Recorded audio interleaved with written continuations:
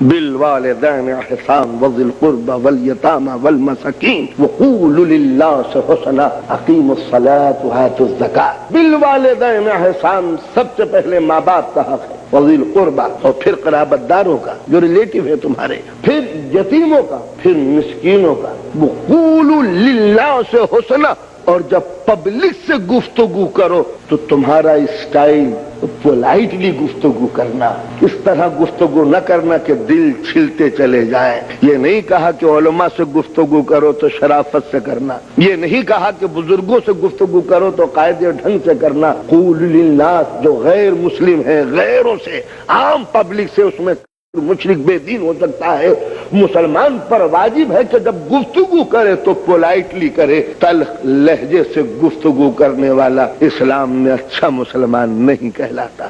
اور پھر اس کے بعد حکم ہوتا ہے اقیموا الصلاۃ وآتوا الزکاۃ۔ ذرا ترتیب ملاحظہ فرمائیے، پہلے ماں باپ کا حق دے دو، پھر عزیز و اقارب کا حق دے دو، پھر یتیموں کو نہ بھولو، مسکینوں کو نظر انداز نہ کرو، عام جنرل پبلک کے ساتھ بیہیویئر اچھا ہو۔ اقیموا الصلاۃ وآتوا الزکاۃ، میری نماز بھی پڑھ لیا کرو، زکوٰۃ بھی دے دیا کرو۔